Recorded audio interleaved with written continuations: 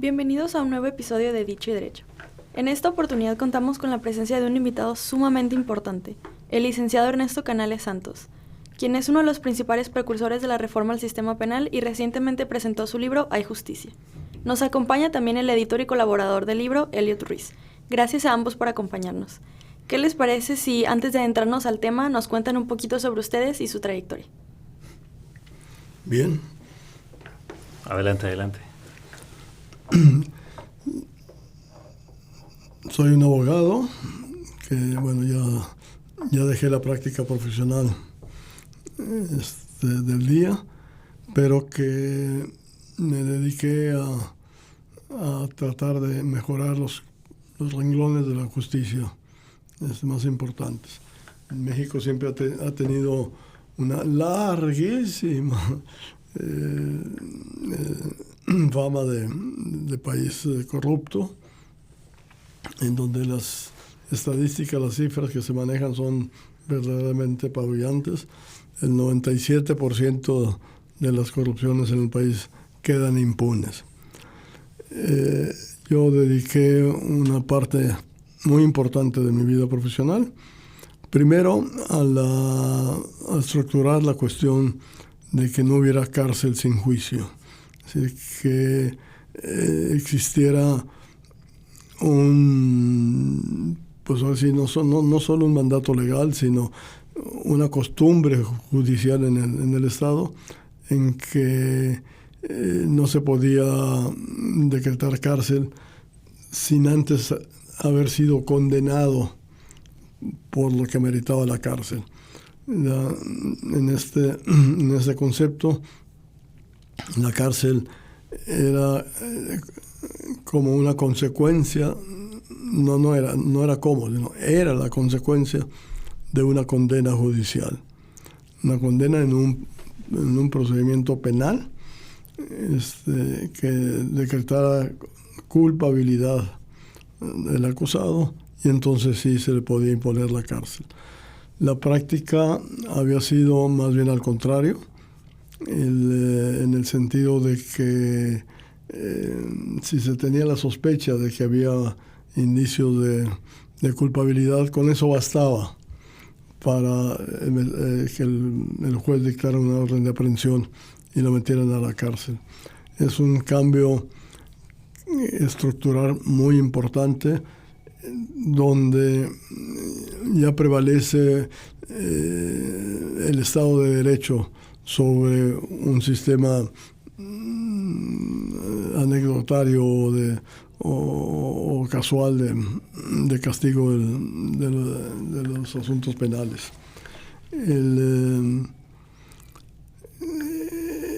Se logró una reforma al sistema, se incorporaron los juicios orales al sistema penal, pero se dejó abierta la posibilidad de que se pudiera decretar la cárcel ni siquiera con indicios de culpabilidad, sino simplemente porque así lo decidía el juez de entonces. Después de modificado el sistema, ya incorporado los juicios orales, vino la práctica de entrar por atrás de la reforma de parte de las autoridades penales, a través de establecer la prisión preventiva oficiosa, es decir, que de oficio, sin que hubiera una causa, sin que inclusive alguien lo pidiera, el juez podía decretar la prisión del acusado. Y actualmente estamos viviendo bajo ese régimen, y no es de un Estado moderno el que pueda existir, el que el gobierno pueda tener esa facultad en forma tan discrecional. Creemos que se vaya a modificar, pero alertamos a la población que esta situación no se ajusta a un Estado de Derecho. La razón del libro es que yo fui fiscal anticorrupción y designado por un gobernador independiente como lo fue el Bronco, y desde un principio los partidos que habían detectado el poder. A la tercera es la vencida. el poder en el Estado, básicamente el PAN y el PRI en ese tiempo,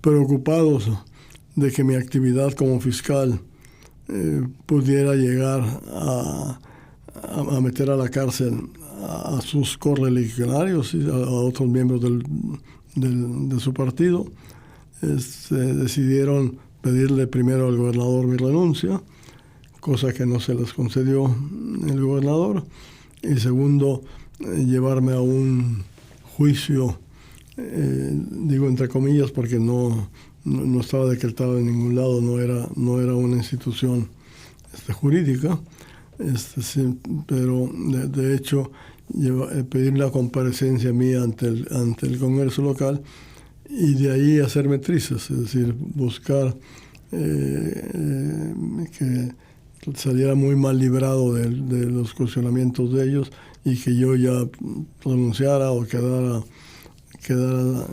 ineficaz ya por falta de prestigio o de estatus moral. Esta fiscalía es sumamente importante porque es la que le da cuerpo a la facultad más de mayor alcance que tiene el Estado contra los ciudadanos. O sea, cuando el Estado decide privar de la libertad a una persona, pues tiene que tener una razón suficiente, porque es, repito, la sanción más alta que puede imponer un Estado. Entonces, en esa situación, pidieron mi renuncia, como les comentaba, no la obtuvieron, me citaron a una comparecencia, el pleno del Congreso, es decir, todos los representantes, a la cual yo no tenía obligación de asistir porque no había sido designado por ellos, pero le pedí permiso al gobernador, a quien le tocaba decidir mi comparecencia, y le razoné que sí era conveniente que pasara por ese juicio, porque un aspecto muy importante de un sistema penal es que sea un sistema creíble de los ciudadanos, que los ciudadanos estén convencidos que se está ejercitando de una manera limpia, correcta, y cualquier duda al respecto iba contra el objetivo mismo de la Fiscalía, que era el castigar a los culpables. Se celebró esa audiencia, duró más de 6 horas, y efectivamente me cuestionaron absolutamente todos los aspectos de mi vida. Al entrar, uno de los diputados que me acompañaba para llegar a mi asiento, y a quien conocía de entonces, me dijo, tú no estás acostumbrado a esos procedimientos, tú no has tenido que rendir cuentas a nadie, siempre has sido un abogado independiente. Aquí vas a conocer cosas que probablemente no conocías antes, asuntos de tu familia, y yo ya estaba encrispado, por ponerlo suave. Le dije, y de tu familia también voy a conocer. Se queda volteando, le digo, porque espero, porque ustedes deben de saber que espero que que si me hace una pregunta a mí, yo voy a tener el derecho de hacer la misma pregunta a ustedes. Ya eso sentó las bases de que iba a ser una confrontación desde el inicio. Pero me pareció lo mínimo de justicia que si ellos se daban el derecho de preguntarme, que yo tuviera el mismo derecho de hacerlo con ellos. En fin, pasó la comparecencia, no sucedió nada porque yo no renuncié. No vi que sacaran algún asunto que fuera incompatible con lo que yo llevaba la fiscalía, y el Bronco no me corrió, no pidió mi renuncia, así es que seguimos como entramos, lo cual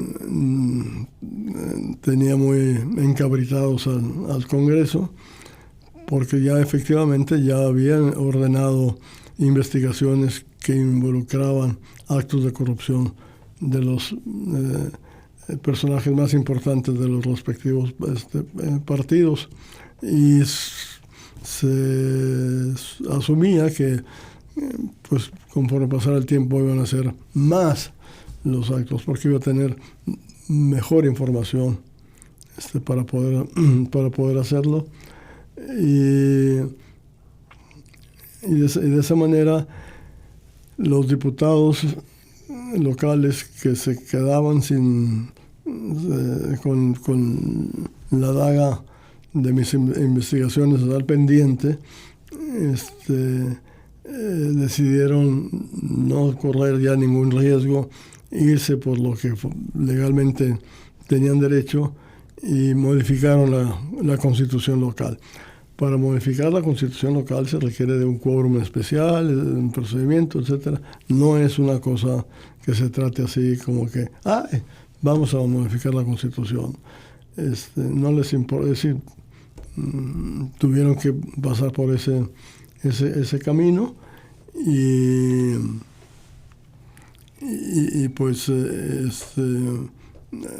al modificar la constitución le quitaban al gobernador la facultad de nombrar al fiscal, y con eso pues me daban una patada a mí en ese puesto.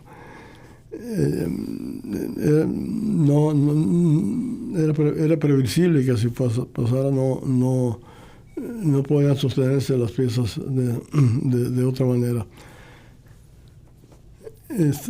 Al quedar ya fuera del puesto, después de apenas 2-3 años en el mismo, me llevó la preocupación de que algunos de los casos que yo había iniciado, algunas de las investigaciones, quedaban truncas, no tenían un final explicativo de la misma. Y es lo peor que le puede pasar a un sistema jurídico penal, de que la población no entendiera por qué se acusaba, o quién era culpable, o quién podía ser culpable, y en consecuencia perder su libertad, que es el don más preciado que tenemos, ¿no? Entonces decidí hacer un libro para terminar de explicar las acusaciones que había iniciado, comentar sobre las razones que tenía para haber iniciado, y dar credibilidad a mi función de que estaba realizando una actividad no por una venganza política o no por un capricho profesional, sino porque había razones para hacerlo. Si bien en el Estado privaba igual la costumbre de dejar impune o de no perseguir las corrupciones, pues esto era un parteaguas. Quedaba claro que aquí sí se iban a perseguir las corrupciones. Y de ahí viene el libro. En el libro trato de mencionar solo aquellos casos, uno, que fueran relevantes, importantes en sí mismos para que la ciudadanía se interesase en ellos. Dos, que no hubieran tenido una oportunidad de ser completados en sus investigaciones o que se hubieran tratado ya de una manera integral. Y tres, pues que recordara yo, porque ya no tenía acceso a la oficina, etcétera, que fueran de tal importancia que yo mismo los tuviera presentes siempre. No necesitaba ir a expedientes o consultas. Y pues lo que ahora pretendo es hacer público estos razonamientos, señalar por qué tomé esas acciones, para reivindicar el derecho del Estado a meter gente a la cárcel, pero con motivos justificados. Y aquí estamos para contestar preguntas. Pues le preguntaron ustedes a Ernesto sobre su trayectoria, y es entendible que se alargue porque su trayectoria es muy amplia, ¿no? Yo sé que para muchos jóvenes de su edad a veces no es tan sencillo recordar algunos nombres, sobre todo cuando pertenecen a una época pasada, ¿no? Anterior.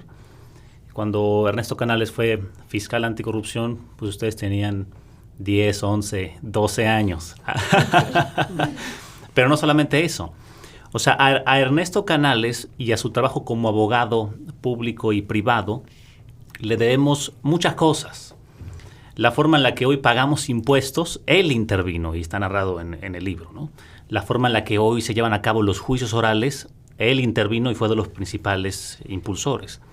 Después, la participación en la Fiscalía Anticorrupción, que históricamente para Nuevo León es muy importante porque trajo al primer gobernador que fue procesado, ¿no? y encarcelado, unas horas, pero finalmente encarcelado, y eso es obra de la Fiscalía Anticorrupción de Ernesto Canales. Mi nombre es Elio Ruiz, yo soy periodista de profesión, conocí a Ernesto Canales como reportero del ABC Noticias aquí en Monterrey, y conocí de primera mano el trabajo que hacía la Subprocuraduría Anticorrupción. Desde ese momento me intrigaba saber cómo es que un personaje que tenía tanto renombre en la esfera privada decidía pasarse al lado público y arriesgar un poquito su reputación para poder luchar en contra de la corrupción, un mal que pues parece prácticamente imposible de erradicar, ¿no? Desde ese momento yo me enganché con esa lucha. Pasó el tiempo, forjamos una amistad. Yo puedo decir que Ernesto es mi amigo, yo digo, no sé qué diga él. Pero esa amistad después nos llevó a colaborar y me dio el privilegio de poder ayudarle a formar este libro, a meter un poquito ahí de mi cosecha, junto con otros grandes editores, como por ejemplo Sara Afonso, o también el escritor José Luis Trueba, y por supuesto con la participación de Grupo Planeta, que es la editorial que lo publica. Y este libro nos permitió ir más allá en la lucha por la justicia. Parece un poquito así como que ficticio o de película, no luchar por la justicia, pero eso es precisamente lo que hace Ernesto Canales, luchar por la justicia.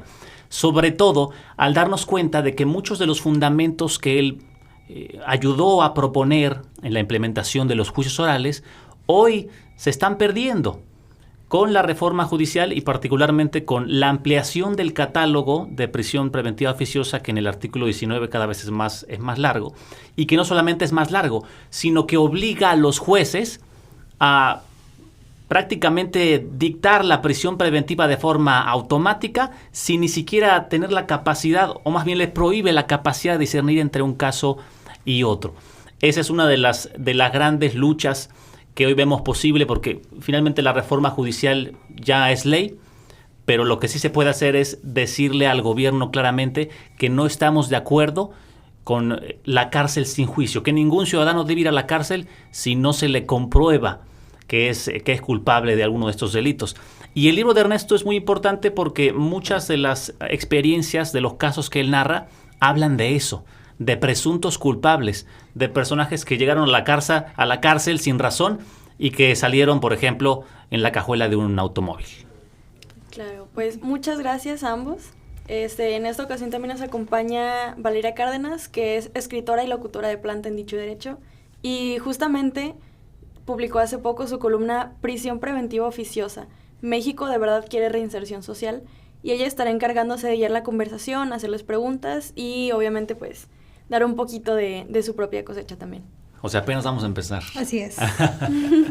Bueno, como estamos hablando hace un momento sobre el artículo 19 y cómo se amplió, el artículo 19 también establece que los jueces deberán aplicar esta norma literalmente, sin considerar circunstancias individuales y tal. ¿Consideran que esto es un retroceso hacia el sistema inquisitivo donde el juez perdería su rol como garante de derechos? ¿Qué opinan de todo esto? Perdón, no entendí la pregunta. La pregunta es si usted considera que la prisión preventiva oficiosa es un retroceso, bueno, sobre todo con respecto a los juicios orales. Sí, definitivamente es un retroceso y es un engaño de parte de AMLO. AMLO y su equipo vendieron, es decir, presentaron a la sociedad la necesidad de la reforma judicial basados en que los jueces iban a ser electos democráticamente y así a terminar con los conflictos de intereses que había y tener una mejor justicia. No era eso lo que buscaba. Es un fin importante lo otro, pero no estaba dentro de la agenda. La agenda de ellos era ampliar las facultades de los jueces que controlaban o que iban a controlar a través del sistema de elección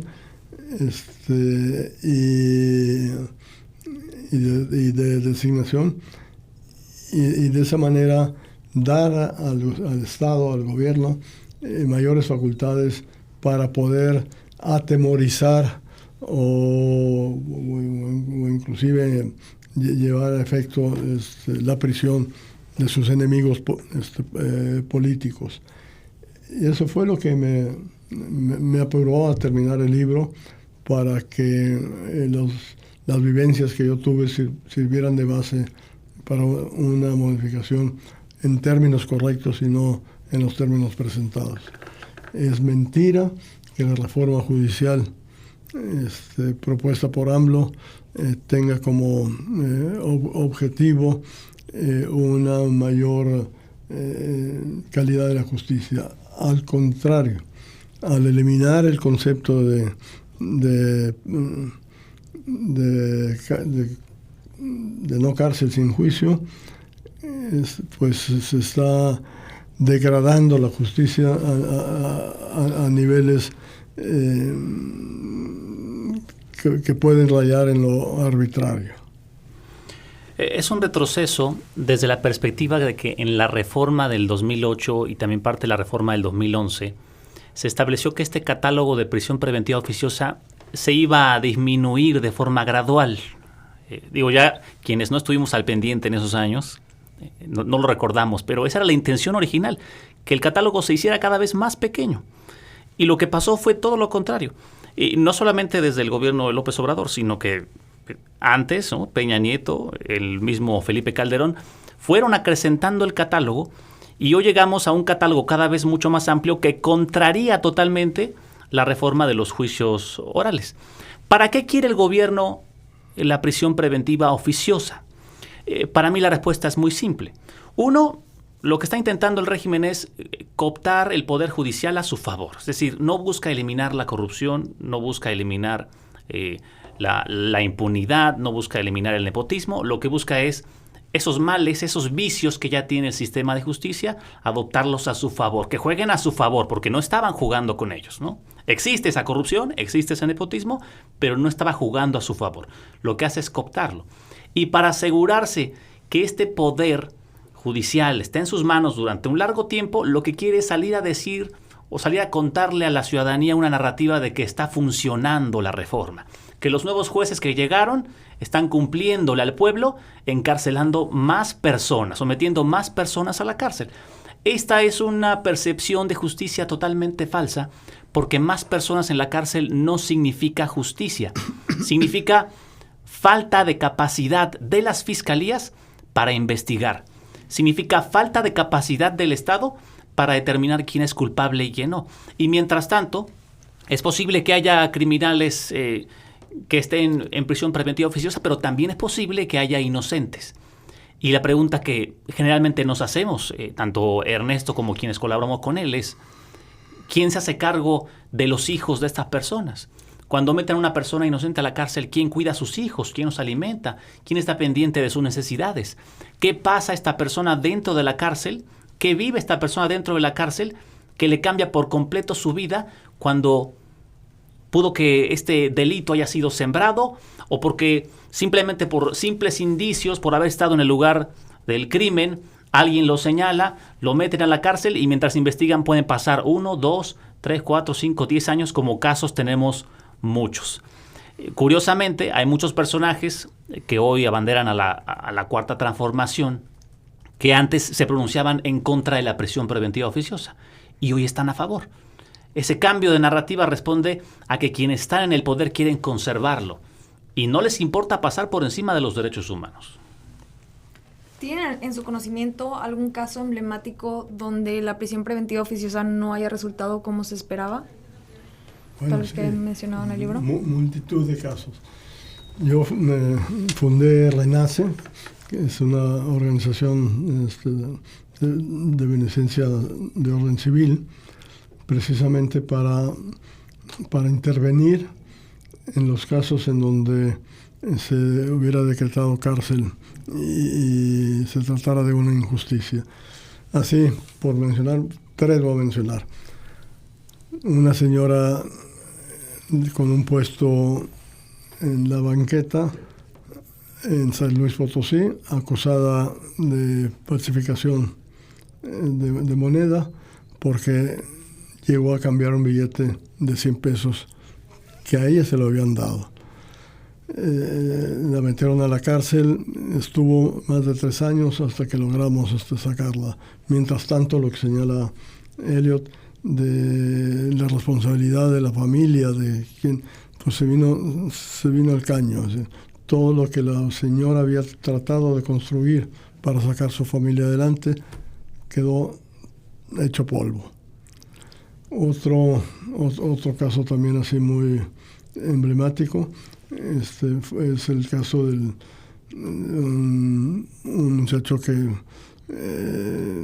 se robó 1 kilo de barbacoa en un viernes en la noche para no tener crudo al día siguiente. Se había tomado varias cervezas y por ese kilo de barbacoa lo metieron 7 años en la cárcel. Es decir, una pena totalmente desproporcionada al delito cometido. En fin, hay muchos otros de ese tipo. Cada año en RENACE teníamos siguen teniendo, yo ya no estoy de presidente, un evento en donde se presentan los acusados que han sido apoyados por RENACE y a dar su testimonio, sus experiencias. Y hubo uno en particular que me impresionó mucho porque era una persona que bien plantada, que empezó narrando con mucha firmeza su caso y en un rato se quebró, empezó ya a llorar abiertamente y decir, es que ustedes han hecho mucho, pero es tan poco en comparación con la necesidad que hay. Allá adentro se quedaron muchos como yo, que son inocentes. En fin, Hay un caso emblemático que yo creo que es el más importante que narra el libro y que no es precisamente de prisión preventiva oficiosa, es decir, ningún juez le dictó prisión preventiva oficiosa, pero nos habla de la capacidad que tiene el Estado desde hace muchos años de meter a cualquier persona a la cárcel sin necesidad de justificarle absolutamente nada, ¿no? Y que ese es el caso de Paula Cusi, que ya Ernesto lo ha conversado muchas veces, ¿no? Pero en resumidas cuentas es Paula Cusi, ex esposa del Tigre Azcárraga, Milmo, ¿no? Ella era heredera de un porcentaje importante de la riqueza acumulada de la familia, pero finalmente Ernesto, como su abogado, tratando de que ella recibiera este derecho que le correspondía, se convierte Paula en una figura utilizada por el Estado a favor de otros intereses. Llegando ellos al tribunal, cuenta en el libro que un comando baja de una camioneta y prácticamente secuestra a Paula Cusi en las escalinatas del Tribunal de Justicia de la Ciudad de México. Y no sabían dónde estaba. Y de repente la encuentran en Santa Marta, Acatitla. ¿Acusada de qué? ¿Bajo qué razones? No sabemos. Y ahí entra Ernesto a una negociación para poder sacarla y termina saliendo por instrucciones de los abogados de Televisa en la cajuela de un carro, ¿no? Es un caso que parece de novela o de serie de Netflix, ¿no? No sé si se puede decir marcas, espero que sí. Pero nos revela algo muy importante. Es que el Estado utiliza la ley en su favor para su beneficio y utiliza la justicia para el beneficio de sus allegados y de su gente, ¿no? En ese momento histórico, Televisa tenía muchísimo poder.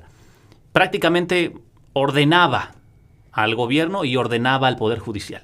La pregunta es, en este contexto histórico, ¿quién va a ordenar al Poder Judicial? ¿Quién le va a dar las órdenes de sentenciar a tal o cual? ¿Quién va a ordenarle a la Fiscalía sembrarle pruebas a tal o cual persona? Porque ese poder que tiene el Estado sirve para callar la voz de cualquier opositor. Cualquier personaje incómodo, basta con que se le señale de abuso sexual a menores, o basta con que se le señale de narcotráfico o de terrorismo, que es el más reciente, para poder encerrarlo sin las pruebas contundentes, y 2, 3 años después lo liberas, pero ya lo liberas acallado, ¿no? Ese personaje nunca más va a volver a participar de la discusión pública. Ese es el peligro al que nos enfrentamos, y ese caso en particular, el de Paula Cusi, es muy revelador de lo que es capaz de hacer el Estado, del partido que sea, ¿eh? Porque hoy es Morena, pero el PRI tuvo esas mismas prácticas y el día de mañana se llega a otro gobierno. Si le dejamos esa capacidad en el artículo 19, el gobierno va a poder meter a quien sea a la cárcel a su conveniencia, y esto es a quien sea, ¿no? Bueno, para concluir el programa, porque ya tenemos muy poco tiempo, ¿qué recomendaciones le haría usted a estudiantes de Derecho ante el nuevo y muy incierto panorama jurídico? Sí, muy buena pregunta. Te agradezco que la hayas sacado al aire.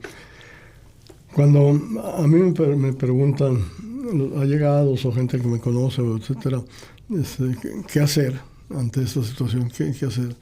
Y señalan como diciendo, no tenemos armas, no tenemos manera de poder influir en eso. Yo digo, concrétense a enmendar algún error. Y luego otro. Y después otro. Y así se va creando la cadena de lo que se conoce como Estado de Derecho. Es decir, que cada acción del Estado esté conformada con bases jurídicas en el derecho. Y de ahí se puede limpiar el país. Entonces, en concreto, ¿qué hacer? Es escoger cualquier acción que haya sido mal dictada o mal dada por parte del gobierno y tratar de corregirla. Es una participación activa en la impartición de justicia a través precisamente de las actuaciones basadas en derecho. Una de las cosas que he aprendido con don Ernesto es que la ley siempre es perfectible, ¿no? Que no existe ley perfecta, no existe reforma perfecta. La reforma de los juicios orales del 2008, la de los derechos humanos del 2011 y esta reforma judicial de López Obrador no son perfectas, ¿no? Hay unas mejores que otras. Eso sí, hay unas que se consensan con el pueblo y que se consensan con otros partidos políticos y otras que se pasan a rajatabla por mayoría, como es el caso de la última, ¿no? Entonces, ya la reforma judicial ya no es reforma, ya es ley en este momento. En este momento no tenemos de otra más que ajustarnos a lo que la elección del 1 de junio nos diga y vamos a ver cómo nos va, ¿no? Porque estamos entrando a terreno inexplorado. Pero una de las cosas que creemos es que no debemos dejarnos llevar por ese distractor, sino que tenemos que, como decía Ernesto, resolver un problema a la vez. Y el problema que vemos más al alcance, el que está más cercano de nosotros los ciudadanos, es la prisión preventiva oficiosa. ¿Por qué? Porque hay muchísimas voces en contra de este tema. Porque ni siquiera los mismos legisladores que la votaron a favor están de acuerdo con ella. Simplemente recibieron línea y eso es lo que votaron. Porque hay muchos personajes que saben que lo que están haciendo no es correcto, pero aún así lo hacen. Y porque además la Corte Interamericana de los Derechos Humanos ya ha dictado sentencia en contra de México. Entonces tenemos, digamos que todo un viento a nuestro favor para quienes estamos en contra de la cárcel sin juicio, para poder alzar la voz y que el gobierno sienta que los ciudadanos no queremos que tengan ellos la capacidad de meter a cualquiera a la cárcel sin las pruebas. Pero tenemos que hacer que nuestra voz se escuche. ¿Cómo? Acción por acción. A lo mejor haciendo videos en TikTok, a lo mejor convenciendo a nuestros vecinos, a lo mejor saliendo a marchar. O sea, hay muchas formas en las que podemos hacerles saber, pero tiene que llegar la presión al cuello del gobierno hasta que diga entonces necesitamos eliminar ese artículo 19 o hacer algo para por lo menos que haya ciertas condiciones o que el juez tenga cierta capacidad de tomar decisiones, porque esa es la facultad del juez. Si no, entonces, ¿para qué está el juez? Pero tenemos que empezar a generar conciencia y sobre todo los jóvenes estudiantes de Derecho, ellos tienen la responsabilidad no solamente de resolver este tema, sino de pensar en una verdadera reforma judicial que resuelva los verdaderos problemas. La falta de capacidad de las fiscalías, en donde realmente está la duda si en México hay justicia o no hay justicia, como es el nombre del libro de Ernesto Canales. Muchas gracias. Con esta última pregunta vamos a cerrar. Muchísimas gracias a ambos y a Valeria por su tiempo. Yo sé que es muy valioso. Y realmente muchas gracias también por sus palabras. Créanme que como estudiantes de Derecho es una palmadita en la espalda de si se puede, si hay recursos y si hay forma de, a pesar de lo nublado que se ve el panorama, al menos para nosotros. Y realmente el mensaje nos inspira muchísimo. No sé si quieren cerrar con algún último mensaje. Adelante. ¿Algo más que quiera agregar?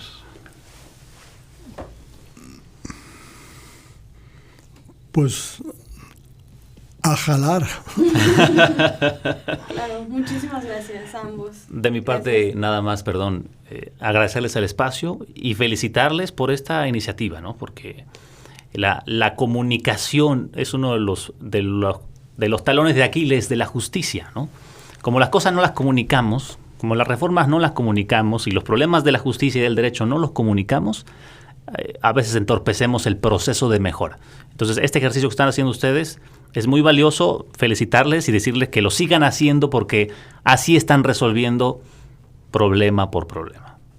Muchas gracias. Muchísimas gracias. Ambos. Gracias a ustedes.